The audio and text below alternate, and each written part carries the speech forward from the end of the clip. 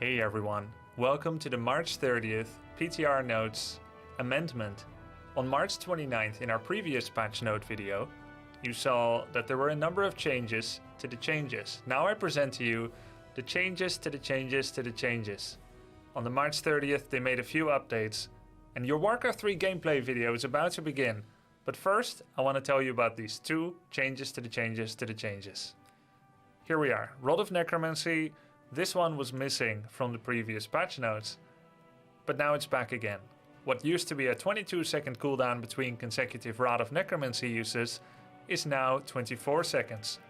This is an amendment from the 26 seconds that had previously been targeted and used for several months.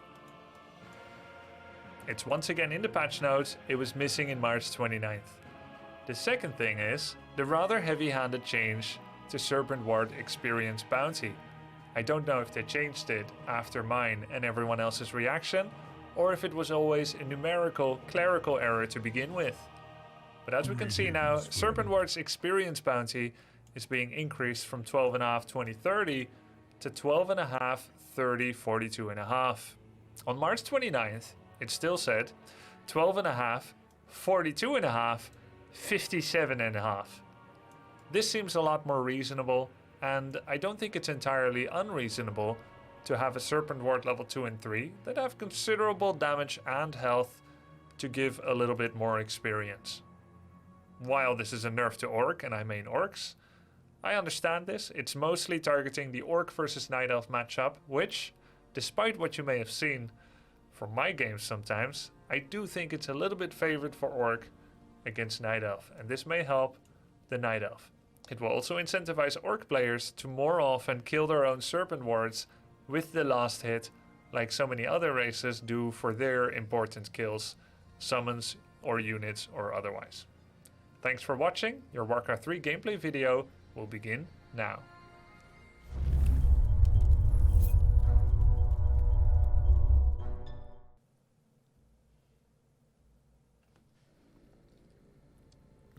Okay, Gorgoroth. Wow. Ready for work. Semi-final, really? Wait, I have semi-final Lin versus Fly. Oh, I might be looking at the wrong tournament then. DreamHack Asia Open. Oh, I wasn't looking at the tournament. Okay, now I see it. Yep, thanks. Captain Zen, thanks for the sub. Okay, I haven't seen this before, so I'd like to actually proper cast it.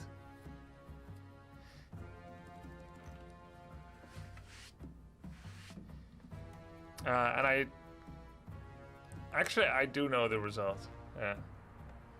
Because I remember who was in the finals. Man, couldn't I just remain Alzheimer for a second?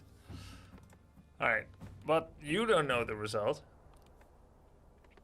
So, we have Fly versus 120, aka 120, aka E-Erling. Fly 100%, aka RW, which is actually his clan. It's the only letters that show in-game. This is his full name. I don't know what that means anymore. It's gonna be Blade Master opening with 1 grunt with a Peon Scout as the altar finished. He wants to know if it's Death Knight or Crypt Lord. We have 20 food. He's probably gonna go forward to 21 food, so he has 7 peons on lumber. 120 going with the happy build, the 1 ziggurat tech into Fiends. Gonna grab a Rod of Necromancy right away. Pay special attention to the peon movement. Every part of these guys' game plans has been planned out. If we look only at Fly's vision for a second, you can see that he very meticulously checks the hero and turns around immediately. Why doesn't the Death Knight kill the peon? Well, he knows it's not worth it. It messes too much with your creep route to go after that peon. The same reason that Fly wouldn't go after any Acolyte if it was scouting him, which actually it isn't. He's using the Acolyte to creep. Fly finds Claws of Attack, +5, sells the Town Portal, gets a double heal solve and Speed Scroll, and goes to the next camp. We can see that he opened with Critical Strike. he felt comfortable to creep all the way to level 2 Blade without needing to expend any mana for Windwalk, creeping just a little bit faster.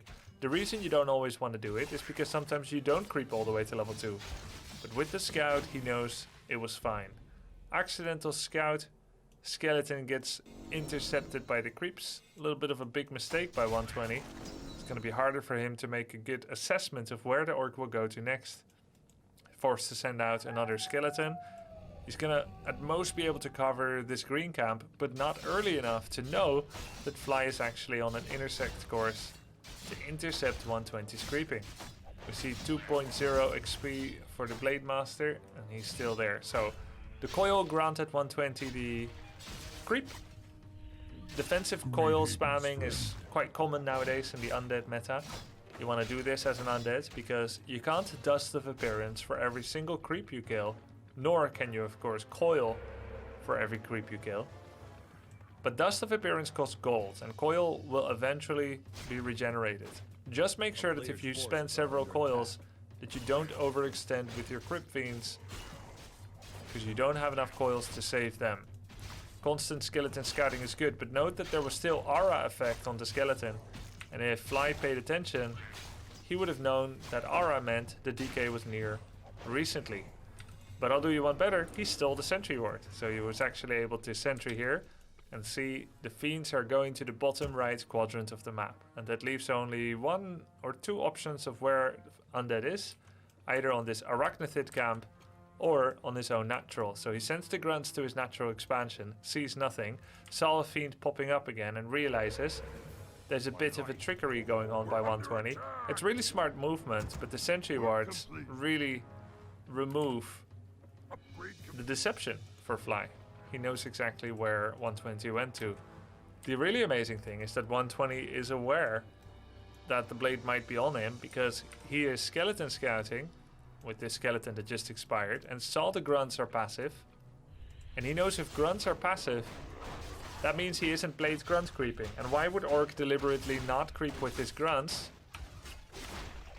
Oh, this was a really sick move. I'm just gonna pause for a second. Just finishing the thought, why would you not creep with the grunts if the blade is creeping somewhere? You wouldn't. So he knows that the grunts being passive means blade is on him.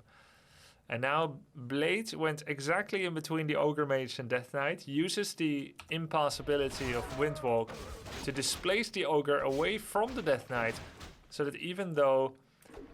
Wait a second, did he steal the XP? A player's forces are under attack. As well? Oh my god, he last hit the Ogre Mage, didn't he? Sorry, I was talking about the other thing. Not only did he steal the item because of the displacement, but 120 panicked and mistimed his coil, which meant he didn't even get the Ogre Mage. And a nice 90 XP, I believe it is, goes from... it's more than 90, I think it's like 92, something like that. So both the item, Greater Heal Pot, and the XP goes to the Blade Master. And that's gonna feel sour for 120. Grunts are here ready to intercept. Shadowhunter comes in. And this leaves Fly with an option to either pressure with the Shadow and the grunts or to creep this kind of out of the way creep camp. And it's a really cool camp to creep now because it is in the range of 120. And if you take this away and then you fall back, as you don't as Orc normally want to fight with Shadow anything less than level 3, it's too expensive. But by creeping something next to someone, you are limiting the amount of options that they have to find creeps on a smooth walking path. We actually see that 120 is so stifled in his momentum that he falls back to his base, something you never want to do normally. He's going to sell an item, get another rod, and go in a different direction. So, not very efficient pathing, but this is the most defensive safe thing that 120 can do in order to still have that Rod of Necromancy, which is super crucial for creeping, while also avoiding running afoul of a low-level Shadow Hunter. So Frost Armor first, of course, would have given a decent skirmish for 120, but he preferred to get some serious creeps. Purge proc on a grunt so that it doesn't purge the blade. Blade gets the lightning shield, which is an item that Fly found on this spot. Very smooth creeping by Fly. And he's gone with the Raider approach. Another Peon Scout. We have 3 grunts into our Raider with... and Snare already finished, I believe. And Blade is now level 3 with some lovely items. Boots of Quel'Thalas +6. He's going to focus the Death Knight. It does get the Frost Armor. Is he still going to go for it, yes or no? Yes, he wants to force the engage. He wants to force the Town Portal. And if you don't play it like this as Orc, and you actually go for anything else, even though it started as a Creep Jack, you're going to lose that so bad. Why? Because Shadow isn't level 3. You don't have Lightning Orb, so Frost Armor is going to limit your damage output by, I believe it's like 75% or 60% or something.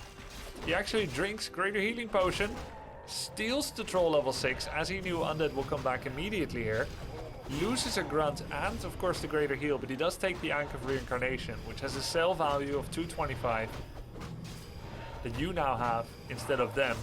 If you keep it instead of selling it, that means you value it even higher than 225. Otherwise, you would sell it. And because you have it and they don't, that's a gain for you of 450 gold. At least. More if you value its actual value over the sell value. Crystal Ball. So really big steal. He knew Undead would come back here, so he took big risks like losing a Grunt. And using that Greater Healing Potion. It's a really significant sacrifice for Fly. But if he didn't take it, he would have to fall back, creep something less important, give this to 120. It's a very tough situation, and I admire if Fly actually ends up coming out ahead out of this, because I didn't really like his position. I feel like he did a really good start, but I would find it very tough to consider the follow-up. So let's see if it works out what he's doing. I'm not sure. I believe that was a nice creep steal by the Blade Master. Immediate pressure into where he suspects Fly is going to be. And now you see that value of the Healing Wave level 2. Getting that Raider that was half-life easily back up. A little bit of a question mark for 120 where he's going to go. Bad item luck. Second Crystal Ball. It's going to be a straight sell for 150 gold. Exchange with an Invo. And for Fly, he's going to go to the corner. And it feels a little bit illegal for Fly to get this corner now. But evidently, 120 prefers to split the map and saying, hey, you're going for this one red spot in the corner of the map. It is as far away as possible from the other corner as you can be on this map. You have one creep camp here, and I have to travel away from it, and that's inefficient. And I'm giving it to you, and I'm not creep jacking, and I'm not fighting you over it. But if I go to the other corner, I unlock 1, 2, and 3 creep camps. So there's a higher implicit value for 120 to trade in this fashion, since the other camps were already taken. This by Fly earlier, and this by 120 himself. So if 120 is successful to take this camp, even without getting the laboratory, that's going to be a big win for him. But Fly is already on the way. He's arriving in a Congo line. He's going to immediately attack to make his presence known. Why? You would imagine everything isn't there yet, but he wants 120 to stop creeping this immediately, to imply my army is going to be here any second. And it's actually kind of slow, but oh, look at this. He's going to use Death Knights to block, fake Death Knights to block. He's going to try and steal the Magnetar. Who gets the XP? Oh no! Plus 12 claws. Orc gets everything. A bit of a misplay. He could have used the Wand of Illusion Death Knights to actually block the TC out. Ah, Frost Armor on the Fiend immediately dies anyway. Good results here for Fly. He could have used the illusions to block them out. Ooh, coil on a 1 HP Walker. That's a little bit inefficient. But still, pretty big turnaround by 120. A lot of kills here. Gets the Walker, gets the Raider. And the Skeleton is going to try to block the Headhunter, but doesn't quite get it. Heal Wave saves a Headhunter. Meanwhile, shop is finished. 750 gold in the bank for Fly. And he has options to make a tiny Great Hole, to remake some of his units. His Walkers have a depth upgrade. No Ancestral Healing yet for the instant revive. Is there going to be a tiny Great Hole at this time? He's got the money, but it seems risky. Meanwhile, 120, big loss losing the class of attack plus 12, but does get most of the camp, despite losing the Magnetar, which is something 145 XP or so, I believe. So that's a really big momentum swing in Fly's favor. He gets the rest of the camp. What item does he get? Finally a good one. Class of attack plus 9. Meanwhile, Blade is going to trade a healing potion for a statue. But Dark Ranger came too close, has access to that silence upgrade. And that means no Windwalk for Blade. Had this been an Invul, he could have happily traded and killed that statue and then used Invul in a silence. But Heal Pot is not good enough. He could get Coiled Nova to smithereens. Level 332. There's the threat of an expansion, but it is not being made yet. Fly is in fact selling the illusion of a potential soon-to-be expansion, but he hasn't got enough money for it, even remotely, not even close. He has to Windwalk again. Yeah, he had to Windwalk immediately, or Silence could actually mess him up. Nice Devourer removing the Spirit Link. So, look at this economy. Fly is pretending his expansion will be soon. And 120 has 0 time pressure, but does he know that? 120 has 65 food, a much bigger army than Fly. But Fly's heroes seem a little bit better. His items? Debatable. Shadow only has 575 life, no invulnerability potion. And there's no Invul on TC or Blade either. Now, I think 120 has the better army. It may not look it right now, and it depends on control, but a big silence remains to be seen. Remains to be seen. How many curses is he gonna spread? 1 curse already on Blade. That's a miss. That's a purge. And 3 hits, 4 hits, 1 crit hitting. The curse not doing enough. We have a silence, but it gets immediately removed. Lich drops low, so is the Dark Ranger. No items on the Dark Ranger. He has to buy enough time until the next coil comes in. But there's a Stomp. Dark Ranger goes down. Focus fire on the TC feels at this point not important anymore since he has Invul. No dodge on the Devourer, on the Kodo Beast. Happy would have done a dodge there for sure. Blade Master goes down. Nice! Ankh of Reincarnation passing. Destroyers getting more Spirit Link. Blade is going to be coming back. Not enough lumber for an expansion by any means yet. As 120 has to get his Dark Ranger again. He's going to rebuy it from the tavern. There it is. Zerkers doing some good damage on the Destroyers. No upgrades though. As we look at the mana for the Orcish heroes. No Invuls, no Clarities. He's got a really good start into that fight, but he expended some important things. Ankh of Reincarnation, mana.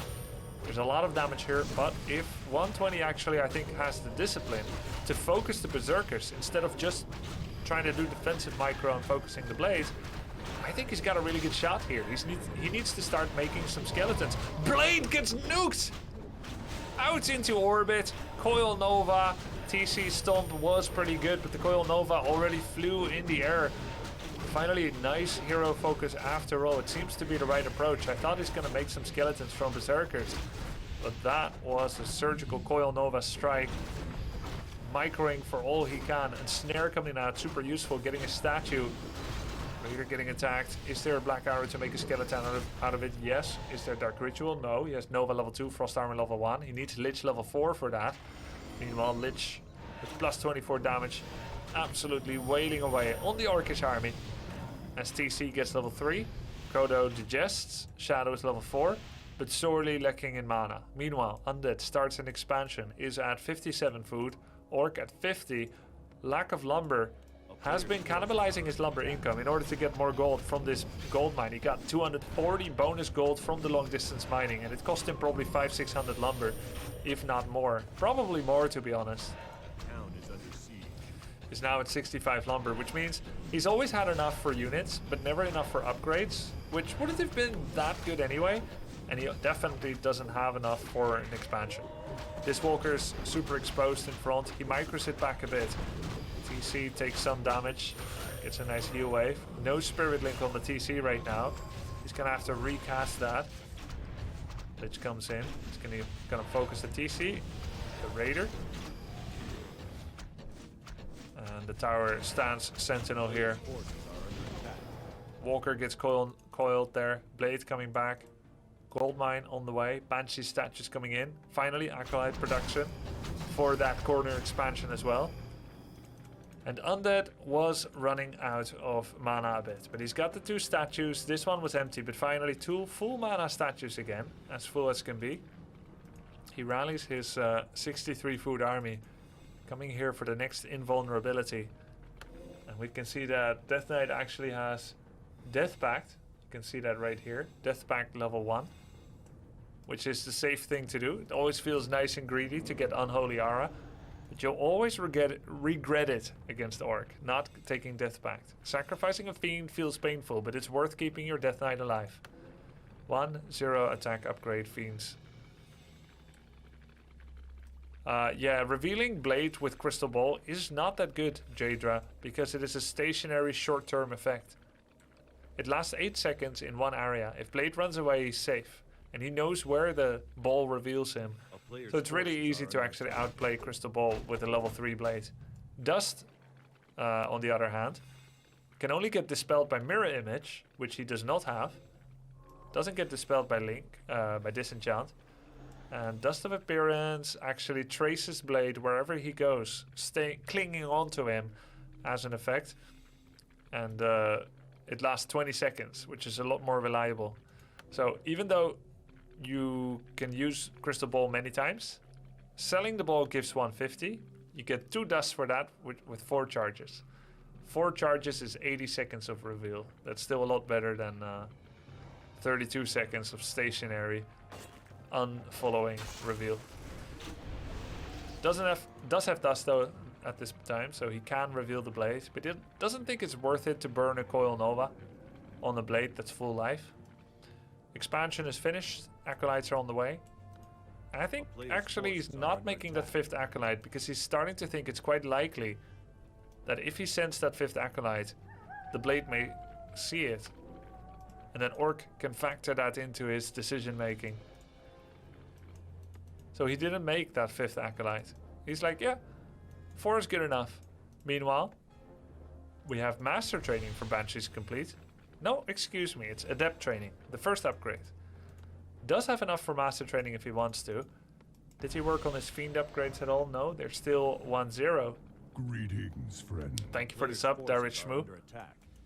Peon goes to the corner and finally Fly knows, hey, you've got an expansion. So, either he can all in, or he can use the 1100 gold bank to make a tiny Great Hall, to counter expand, and then produce simultaneously. A 1200 gold bank is what Fly starts producing with, and that is also the correct amount in order to both buy a tiny Great Hall, Greetings, friend. while also going over to 60 food instantly. And we can see that 59 out of 61, producing 2 Berserkers, a Walker and a Kodo. And he should be getting a tiny Great Hall any second now, but you know what? He's not doing that. He feels like with how belatedly he discovered the Undead expansion, he's instead gonna use his next Overburrow to pop straight from 61 food to up to 71 and do one final all-in. One more time, the men of the Rohirrim will ride out of the gates for one last fell swoop onto the Undead army. Undead, who didn't even make that 5th Acolyte. Maybe not a mistake. For that Acolyte to pay itself off being made all the way from here, it would take quite a long time, and the main base is almost running out, so it's really not that important right now. But yeah, finally Fly decides he will in fact settle for a tiny Great Hall, just going to 63 food, doesn't want to fight on Blight into Nerubian Tower with a bad position, and he's gonna defend right here. How many Berserkers do we have? No attack upgrades, a lot of Berserkers, 3 Walkers. Magic Shell will block Walker damage and TC stomp. That's about it. TC takes so much damage. He's gonna get a decent stomp on 6 units and a Death Knight. Meanwhile, Berserkers trying to focus the Destroyers. They're getting a Banshee. TC getting focused once again. Uses Heal Pot, gets Heal Wave, and gets a Spirit Link. Destroyers get a lot of health and mana from devouring away Spirit Link, but that also means it removes Curse. It's a bit of a dilemma for the Undead. Silence on the TC. Walkers reviving one another. Not a lot of Walker mana left. DK drop low, but uses Death Pack. Blade following a bit in vain. One Destroyer goes down, second one gets Micro Pack really well. Blade almost takes down the Lich. 10-15% life. Now he is getting focused. Heal Wave, Heal Pot. Blade still dropping low. Dust has been used, he has to speed scroll away. There is enough mana on the DK. 4 more coils. Oh, and not all peons are working. maybe not game deciding, but far from optimal. Meanwhile, units are being produced. Headhunter on the way. We have a shop here on the bottom side. As no doubt, Undead will try to focus heroes as much as possible. Blades popped over to the vicinity of the shop, but didn't quite make it. And he's completely out of mana. The Orc, Shadow, TC, Blade all have no mana. And there's no time for Clarity Potions. So he picks up a heal pot on the Blade. He picks up a Clarity on the Shadow. Blade drops low, gets heal potted, gets heal waved. And I believe there was a mana pot being consumed by the Shadow as well. As TC is in a great position to stomp, but without the mana for it, Blade gets Coil Nova to smithereens. Ashes to ashes as another Walker goes down. Berserkers turn on their bonus damage. Their bonus attack speed, but they also take more. And the secret expansion by 120, the smart creeping, as he prioritized the populated creep corner over the unpopulated corner, it paid off for him. And the first map on Northern Isles goes to 120. Good game. GG. 4 gold difference in mining. Wow. Now you see the value of upkeep. That 1200 gold accumulation that Fly did completely nullified the gold that he lost from 120 having that expansion so early. And this is a great comeback mechanic. Staying on 50 was fine because there were no creeps on the map anyway. And Fly managed to pull even in income. Really cool. What do you think went wrong for the most for Fly in this game, Grubby? I think it was a very big investment to take the troll level 6 for a heal pot, to get the Ankh, and then to lose a grunt and have to speed scroll away. It was it sucks because not only do you lose all that, but you also subsequently give away the map control, because the next thing you'll do is to run back with your tail between your legs, and the next thing Undead does is just take an expansion. Thanks for the sub, Neely. Hope you enjoyed Hidden Cup.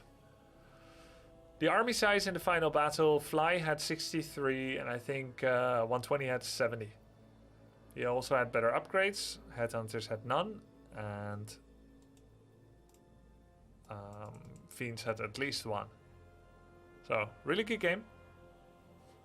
We can go to the next.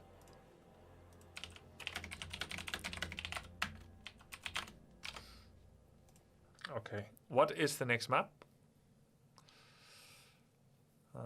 Fly 120, Fly 120, Fly 120. The first was Northern Isles. Is it true that the Concealed is the next?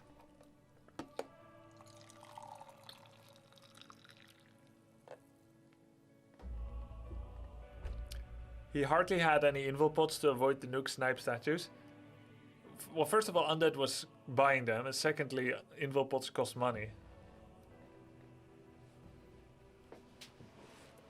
And when you invul against... is there any way to remove magic shield? No, there isn't. Concealed is next? Okay, thanks. When you invulnerability potion, it blocks some damage, but it mostly redirects damage. And that's a bit the issue, is even if you invul on your blade, he's just going to focus your TC next. And if you invul both, then he's going to kill your headhunters. And then when the invul finishes, there's no link on the hero, because invul cleanses link. He'll immediately focus your hero again, knowing no matter what, you can no longer turn invulnerable. We're going to speed up the start of the game a bit. We can see that this is a Crypt Lord opener by 120. We can see that... Oh, never mind. I didn't look at the start. Wait, let me restart this. I thought Altar Crypt were simultaneous. No, okay. Yeah, this is standard happy opener again. And for Fly, it is Blade with Barracks. And we'll see if he makes that Voodoo Lounge again at 20 food. He's at 20 food now. It is going to be the lounge, yeah, a bit earlier than that, actually. Because it was outside of his base. Grubby, do you think Fly should have kept Crystal Ball to reveal Fiends? No, I don't think so. I think Crystal Ball is really bad because it has such a short effect. 8 seconds is usually not enough to kill a Fiend. He can troll you too. You get 1 charge of Crystal Ball. And then he can coil that Fiend once. And then he knows. You have no more vision. Whereas if you dust, you've got 20 seconds of vision, so you have enough time to re-engage on the same or on different burrowed fiends.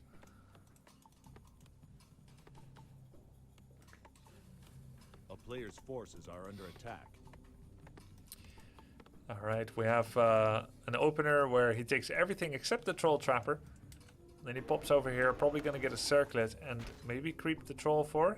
Nope, he's going to pressure. Meanwhile, 120 went for the entire camp. He's now starting the turtle. And we have Orc coming in. I started to just hit the Death Knight. Send the Death Knight away, then start working on the skeletons, which actually force recommits the DK, because he no longer will have enough damage to put it on 100 life.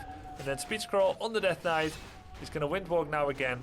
He's breaking the sound barrier with his speed. And I actually think Fly misplayed that. Oh! Oh, yeah. Yeah, boy. Dude, for a second I was like, oh no, he turned around. I don't think that Fly would have actually caught Death Knight had he kept running in the northern direction. I've got a feel for these things, right? There was a small glitch in Fly's movement. He didn't chase enough to build up bonus speed while speed scroll windwalk were still active simultaneously. He didn't chase it. No, what the hell? What? What is he doing? No. Oh, okay. Wait, this is a route now? Under attack. What? You can do that? Alright, we'll see that later maybe. But, oh, he rebought the Death Knight from the tavern. Oh, that's very expensive. He just wants to keep creeping no matter what. He's gonna get a rot again. But yeah, I think Death Knight could have kept running because he didn't chase enough. The speed scroll effect had worn off, and Windwalk is not faster than Unholy Aura level 1. But still, great result for Fly, especially turning around instantly when he recognized that 120 is probably gonna TP. I've done that before too, and it feels so good when it works. Meanwhile, we have Acolyte, Skeleton, and Fiend creeping by the Death Knight. Meanwhile, there's a question. I say meanwhile a lot. There's a question from Oldham. Does the Farseer TC meta against pro undead players come down to the orcs early to mid game for the orc to win? Seems like orc rarely wins once it goes late and the undead comes online. Yes. Yes, exactly. That is a very short-term strat. A player's forces are I did just win with it, right? Oh no, I was Blade TC against Sheik on Turtle Rock. But yeah, Farseer TC, they seem pretty good, but they scale quite weakly late game when destroyers come out. Even if you have a much bigger army.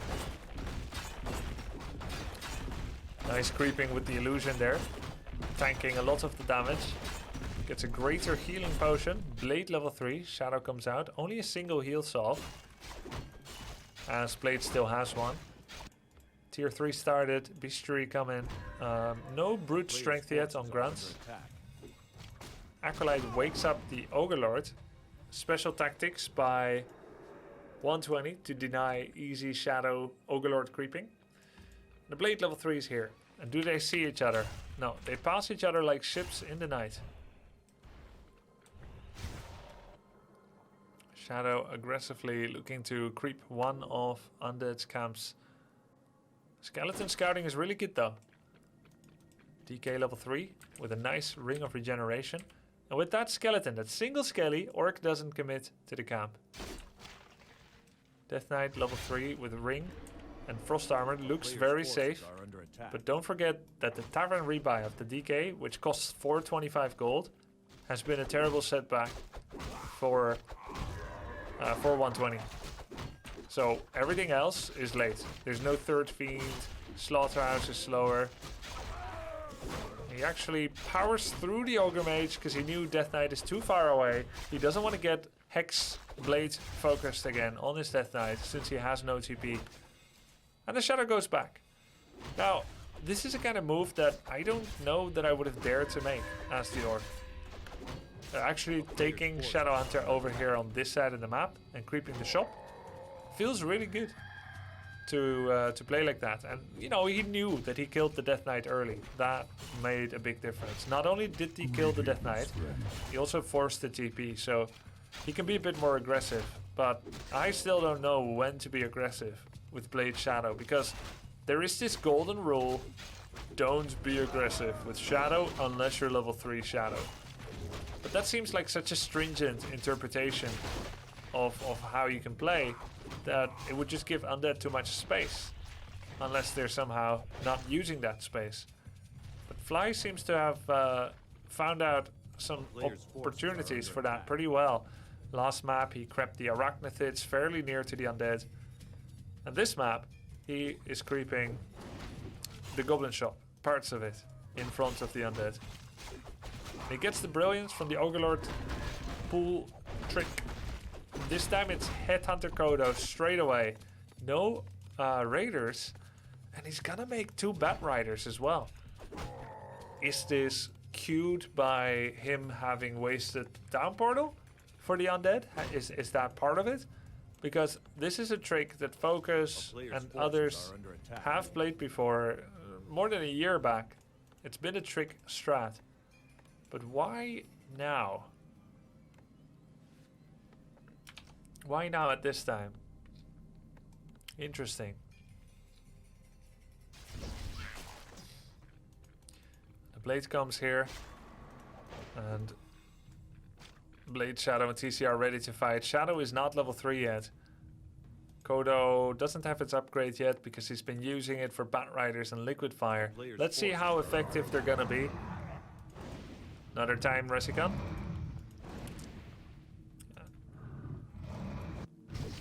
He's starting this fight over this Red Drake here, also to pull the attention of 120 to this corner of the map, so that the bats can be more effective. Burrow upgrade is being researched. Nice bounce back, to be honest, by 120. Had a very rough start. Oh, nice creep steal by Fly. That Ogre Mage was meant to be 120s, but he didn't want to waste a coil on it, and he put it on 1%, which gave a nice steal. TC drops so low, uses Greater Heal, and the Bat Riders come in. Liquid Fire on the gold mine. Let's see how much it is going to do. They're being attacked by 1 Nerubian Tower. If he splits Nerubian Tower focus on 1 bat, then the other, 1 bat, then the other. Oh, Invul. He can actually slow down the siege damage on those that those bats are doing, but the Liquid Fire effect, no matter what, is still active. And now he forces a fight without the TP, and he's just doing a lot of hero focus, while certainly there's a big distraction. 2 bats, enough against the Nerubian Tower to take down the gold mine. Sick. Killed the DK, killed the Dark Ranger, and took away the gold mine. How this would work out had the start been worse for Fly, I don't know. If he doesn't kill the Death Knight, if he doesn't force the TP, will the double bat strat still work? Yeah, I don't know.